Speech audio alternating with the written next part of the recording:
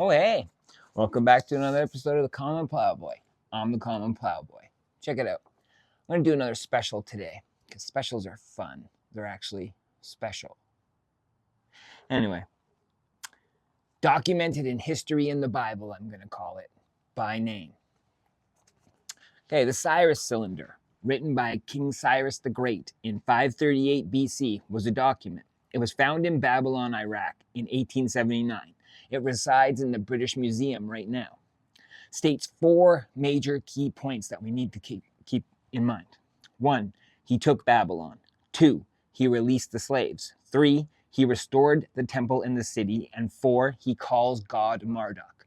That's going to be a key point in this next set here. Now, the book of Isaiah was written by Isaiah in 680 BC. It was a prophecy. Now, it was 140 years before this all took place, okay? That Cyrus did all this and Cyrus wrote this, okay? So it's like around 140 years. Anyway, in Isaiah 45, 1-4, Cyrus, by name, doesn't know God. He wasn't a Jew, so hence calling God Marduk makes sense. So he called God Marduk in there because God already said in the prophecy of Isaiah that he doesn't know me. He's not a Jew. He's not of my fold, right?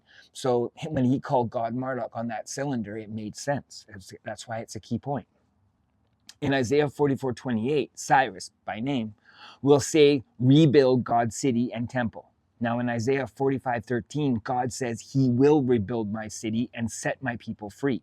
In Isaiah 48:14-15, it says he will conquer Babylon. Now check it out. All 4 key points are in the book of Isaiah. This prophecy, remember, 140 years before Cyrus wrote the cylinder and did all this stuff, right? So about 100 years or whatever. But all 4 key points are in this prophecy. He took Babylon, he released the slaves, he restored the temple and city, and he'd call God by a different name. Now check it out. Let's go further.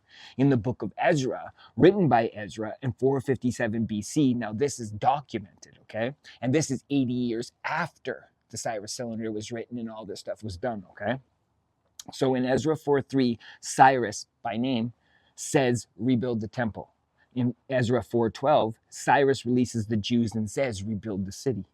In Ezra 6:5, Cyrus, by name, took Babylon. Okay, so all 3 of the 4 key points are there, right? He took Babylon, he released the slaves, and he restored the city and the temple. Now, he calls God Marduk isn't part of that because it was already called in the book of Isaiah that was going to happen, and there was no need to add that to it, right? But the fact that he did not know who God really was because he was from a different country and a different religion and all this stuff, but clearly he was blessed by God because he took Babylon. Babylon was the ruling power at that time, and he took it like with no problem. Right? So he clearly had God on his side. Now this is where it gets awesome.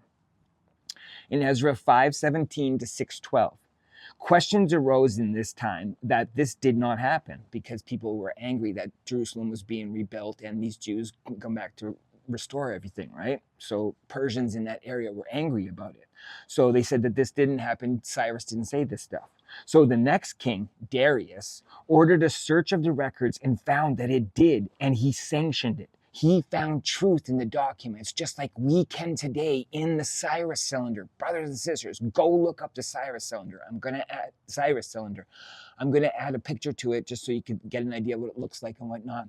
And no matter what, Satan, science, all this stuff is going to call it fake. They're going to say it's derogatory. They're going to say that it's just you're adding or you're subtracting or you're trying too hard. That's why I was very key with my 4 key points. He didn't call Jerusalem by Jerusalem. He didn't say, he restored religious rights. He freed slaves. He did all this. And at that time, Babylon's slaves were the Jews.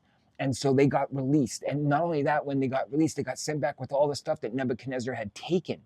So the fact that this was documented on a cylinder, that he wrote this down, the fact that it was prophesied by Isaiah 140 years before this happened, and the fact that it was documented by Ezra 80 years after it happened is just too good to be true.